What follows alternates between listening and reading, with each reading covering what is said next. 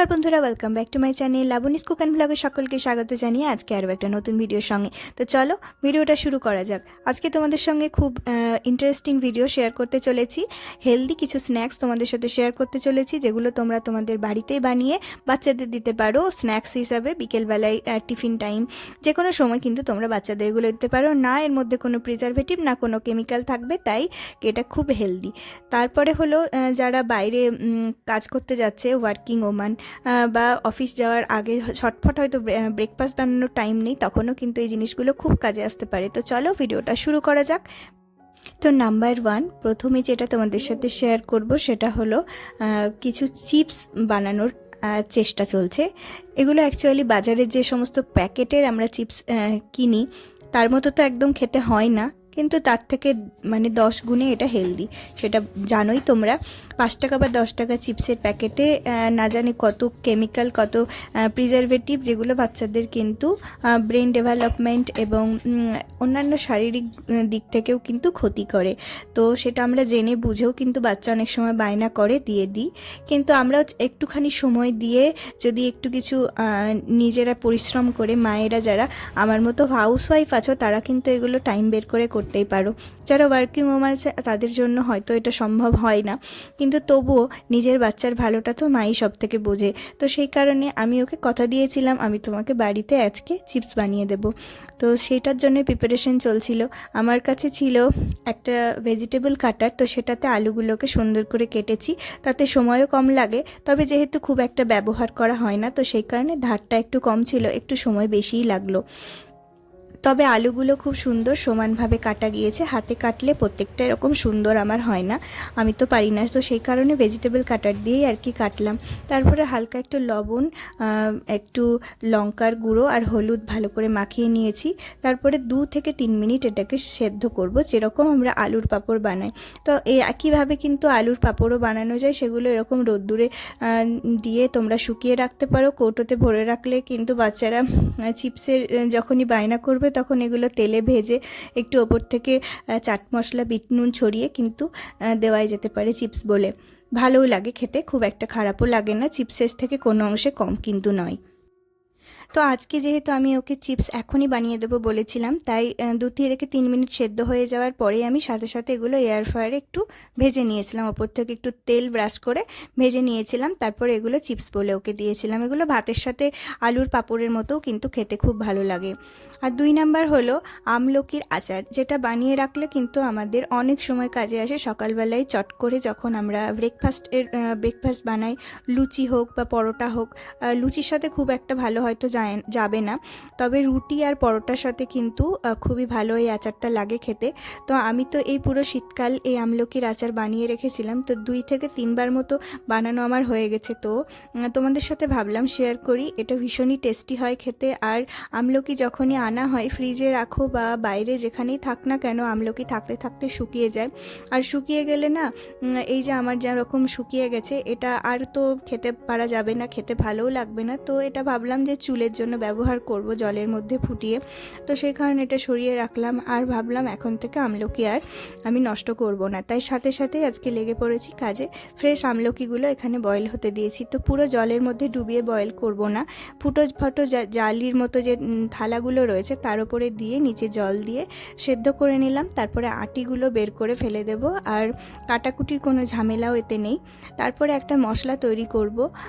এর মধ্যে দেব গোটা গোলমরিচ, 5 ফোড়ন, জিরে, মৌরি, সমস্ত মশলাগুলো মানে গোটা গোটা দিয়ে সেটাকে আমি হালকা শুকনো খোলায় ভেজে ঠান্ডা করব, তারপর এটাকে গুঁড়ো করে নেব। তো এর মধ্যে মোট দিয়েছিলাম আমি গোটা গোলমরিচ, 5 ফোড়ন, আর গোটা জিরে, গোটা মৌরি, মেথি আর শুকনো লঙ্কা স্বাদ মতো, মানে খুব ঝাল যেহেতু আমি করিনি তো সে কারণে দুটোই ব্যবহার করেছিলাম। তো সবগুলো একে একে ভেজে এই যে একসাথে মিশিয়ে রেখেছি, এটা ঠান্ডা হলে গুঁড়ো করে রাখবো।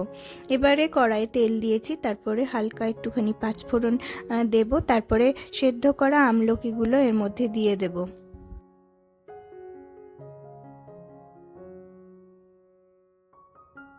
আমলকিগুলো দেওয়ার পর অল্প পরিমাণ মতো হলুদ আর লবণ দিয়েছি। যেরকম আমরা আমের আচার করি, আমি কিন্তু এভাবে আমের আচারও বানিয়ে থাকি। তো একই রকমভাবে আমলকির আচারটা বানিয়েছিলাম। এটা মিষ্টি আচার করব যেহেতু, সেই কারণে আমি এখানে গুড় ব্যবহার করেছি। গুড়ের বদলে চিনিও তোমরা দিতে পারো, তবে গুড়টা দিলে বেশি টেস্টি হয় খেতে।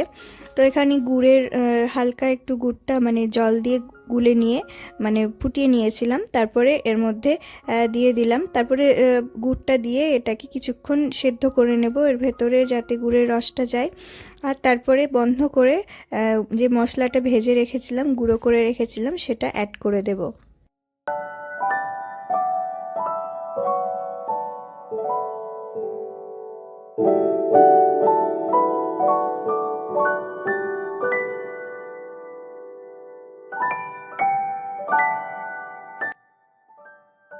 মশলাটা সবটা লাগেনি, অল্প খানিকটা বেঁচে গেছিলো, তো ওটা রেখেছিলাম। অন্য কোনো রান্নার শেষেও দেওয়া যেতে পারে বা চাটনি বানানোর সময় এটা ব্যবহার করে নেব বলে। আর অল্প একটুখানি বিট লবণ লাস্টে একটু টেস্টের জন্য ছড়িয়ে দিলাম।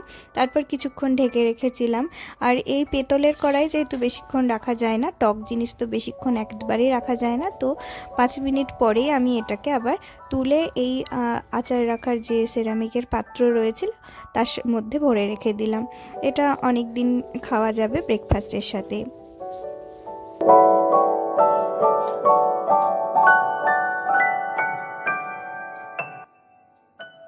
3 নম্বর যেটা তোমাদের সাথে শেয়ার করব সেটা হলো হোমমেড বিস্কিট বলতে পারো বা কুকিজও বলতে পারো, যেগুলো কিন্তু বাচ্চাদের টিফিনে দিতে পারি আমরা, অথবা বাচ্চারা বিকেলবেলায় বা সন্ধেবেলায় কিছু খাওয়ার জন্য বায়না করলে স্ন্যাক্স হিসাবেও দিতে পারি, আর বড়রাও কিন্তু এগুলো খেতে পারি।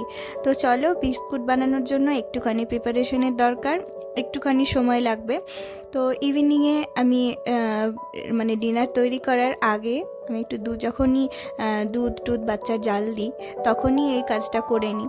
তো এখন যে জিনিসগুলো আমি এখানে নিয়ে নিয়েছি, তো এর মধ্যে আমি কোনো রকম ময়দা ব্যবহার করছি না। তোমরা চাইলে কিন্তু ময়দা দিয়েও বানাতে পারো, তবে যেহেতু আমি একটু হেলদি ভাবে বানানোর চেষ্টা করছি, তো সেই কারণে একটু হেলদি জিনিসগুলো অ্যাড করছি। এর মধ্যে সুজি আর ওট সমপরিমাণ নিয়ে নিয়েছি, এটা গ্রাইন্ডারে গ্রাইন্ড করে নেব। তারপরে গ্রাইন্ড করে এটা আলাদা রেখে দেব। আর তার সাথে কিন্তু আমি যেটা নিয়েছিলাম সেটা হলো ময়দা। 2 রকমের ময়দা নিয়েছি।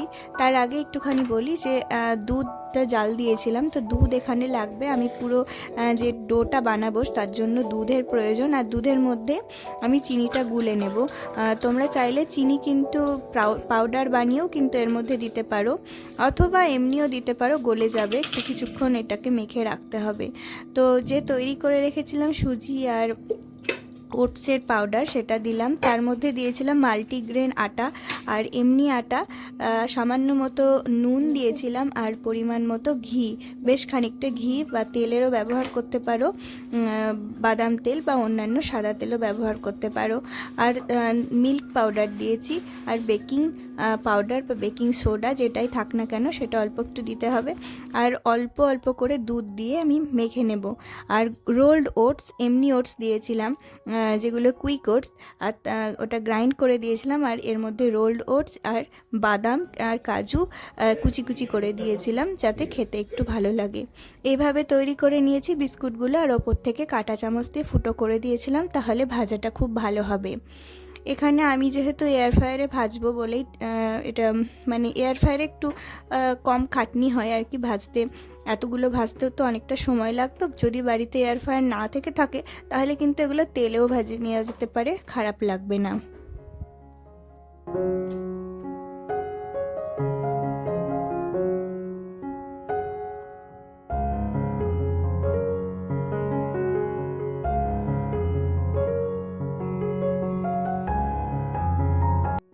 তো 4 নাম্বার যেটা দেখাবো সেটা একদম মানে কুইক একটা রেসিপি বলতে পারো, মানে এতে কোনো খাটনি নেই, তবে হেলদি এটা অবশ্যই। তো আমরা মুসলি অনেক সময় অনেকে কেনো, দেখে থাকবে একটা প্যাকেটে আসে সব রকমের ড্রাই ফ্রুটস মেশানো একটা খাবার, যেটা দুধের মধ্যে দিয়ে আমরা খেতে পারি। তো ওই রকম ধরনেরই আমি একটা কিছু বানানোর চেষ্টা করেছিলাম।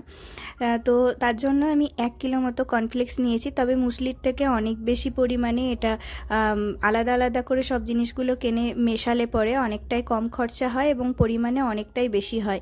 তো 1 কিলো মতো কর্নফ্লেক্স, তার মধ্যে বিভিন্ন কিছু ড্রাই ফ্রুটস মেশাবো, আর তার মধ্যে হলো ওটসও মেশাবো। ওটস 2 ধরনের হয়, তো কুইক ওটসটা না নিয়ে রোলড ওটস যেটা হয় সেটা নিলেও হয়। তো সমস্ত ড্রাই ফ্রুটস আর ওটসকে কিন্তু ভেজেও তোমরা এর মধ্যে মেশাতে পারো, হালকা একটু শুকনো ড্রাই রোস্ট করে মেশাতে পারো। আমি এখানে কাঁচাই সমস্ত সিডসগুলো দিয়েছিলাম। তো এগুলো সব একসাথে মিশিয়ে রাখলে পরে একটা হেলদি ব্রেকফাস্ট বলো, একটা হেলদি স্ন্যাক্স বলো, যার একটা অ্যারেঞ্জমেন্ট আগে থেকে আমাদের হয়ে থাকলো, একটা আগে থেকে একটা স্ন্যাক্স রেডি হয়ে থাকলো, যখন খুশি তখন গরম দুধের মধ্যে দিয়ে এটা কিন্তু ছটপট আমরা খেয়ে নিতে পারি এবং এটা অনেকটাই হেলদি। সমস্ত ধরনের ড্রাই ফ্রুটসগুলো আমাদের আলাদা আলাদা করে খাওয়া হয় না, তো সব একসাথে মিশিয়ে রাখলে কিন্তু এটা খাওয়া হয়ে যায়।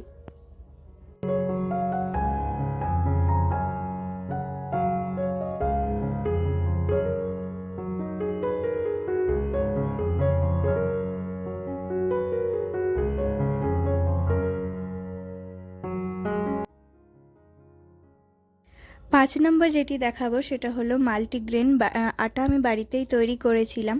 মানে তৈরি কিভাবে করেছিলাম, আলাদা আলাদা করে যে সমস্ত আটা প্যাকেট পাওয়া যায় সেই সমস্ত প্যাকেটগুলো কিনে নিয়েছিলাম।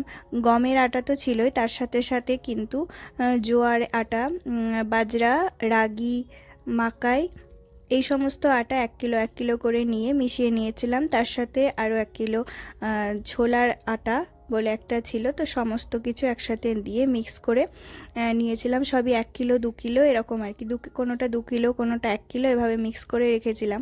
তবে এই আটা কিন্তু যেরকম আমাদের সাধারণ গমের আটায় রুটি হয় সেরকম হয় না, যেহেতু এটা গ্লুটেন ফ্রি হয় সেই কারণে অতটা ভালো কিন্তু যে অনায়াসেই যেরকম চটপট আমাদের গমের আটার রুটি করা যায় সেটা এইভাবে হয় না, একটুখানি সময় লাগে। আমি তোমাদের দেখাবো, সেরকম অত সফটও হয় না, এটা একটু রুটিটা হার্ড হয়, আর রুটি বানানোর সময় কিন্তু ফোলেও না। তো যাই হোক, তবে এটা কিন্তু একটা হেলদি অপশন। এটা এইভাবে বানিয়ে রাখলে পরে ঝটপট ব্রেকফাস্টে আমরা একটা মাল্টিগ্রেন আটা বাড়িতে তৈরি করে ব্রেকফাস্ট হিসাবে আমরা খেতে পারি, বা কখনো কখনো আমরা স্ন্যাক্স হিসাবেও খেতে পারি। তো আজকের ভিডিওটা এখানেই শেষ করছি বন্ধুরা। হাতা দিয়ে একটু ভালো করে আমরা মিক্স করে নেব জিনিসটা, তারপরে রাখবো। তো চলো দেখা হচ্ছে নেক্সট ভিডিওতে, ততক্ষণের জন্য সবাই ভালো থেকো।